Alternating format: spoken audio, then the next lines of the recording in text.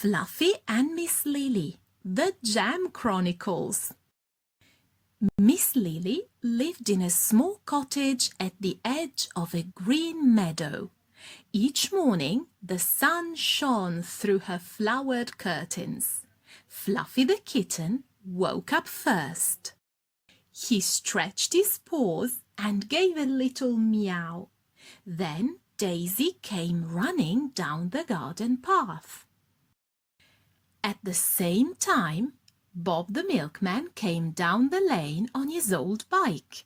He carried 2 bottles of fresh milk. Fluffy rubbed against his boots. Miss Lily thanked Bob and took the milk. He tipped his hat and promised to return later in the day. Miss Lily had a special plan. She wanted to make sweet blackberry jam. She asked Daisy, "Shall we pick blackberries today, dear?" Daisy clapped her hands. "Yes, please."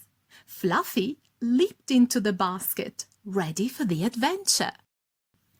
Together, they set off down the little country lane. A gentle breeze whispered through the tall oak trees. Birds sang happy songs. The hedgerow was full of thick brambles. Tiny white flowers had fallen away, leaving juicy blackberries shining like jewels. Daisy held a small basket and Miss Lily carried a bigger one. Fluffy bounced ahead, his tail swishing. They tiptoed to the first bush. Daisy reached out and plucked a plump blackberry. It was soft and sweet. They moved along the hedge, finding more berries. Sometimes they had to pull away a thorny branch.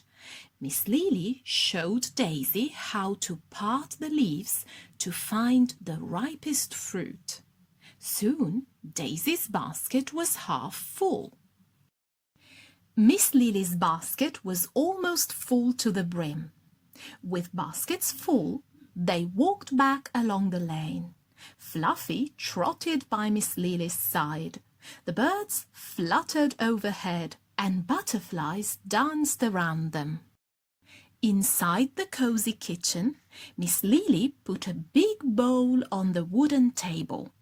Daisy carried the berries one by one and dropped them into the bowl.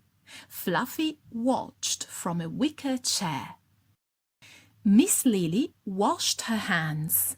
She reached for a shiny copper pan and set it on the old black stove. Soon the pan grew warm. The kitchen smelled of wood smoke and fresh air. Daisy held a wooden spoon as Miss Lily tipped the berries into the pan.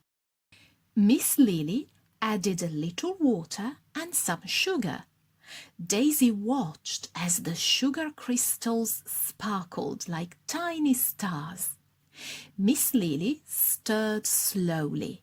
The berries began to hiss and pop. Fluffy's ears twitched as he listened to the noise. A sweet, warm smell filled the room. Daisy leaned closer, but Miss Lily said, "Watch from here, my dear." They lowered the heat and let the jam bubble softly. Miss Lily explained, "We must be patient for the jam to cook just right." Daisy nodded. When the jam was thick and shiny, Miss Lily removed the pan from the stove. She had brought out 4 small glass jars with metal lids. Daisy helped lift each jar carefully. Fluffy hopped down and rubbed against Miss Lily's skirt. The jam glowed purple as it filled each jar. Daisy helped by screwing the lids on tight. They lined the jars on a cloth to cool. While they waited, Miss Lily said, "I think a blackberry pie would be lovely for our afternoon tea." Daisy's eyes sparkled. "Yes, please," said Daisy. Miss Lily rolled out pastry on a floured board. Daisy helped shape the dough into a round pie tin. They spread a layer of jam at the bottom. They put the top crust on and crimped the edges with their fingers. Miss Lily slid the pie into the oven. The smell of sweet crust and berries filled the cottage. Fluffy hopped up on a stool to look through the oven window.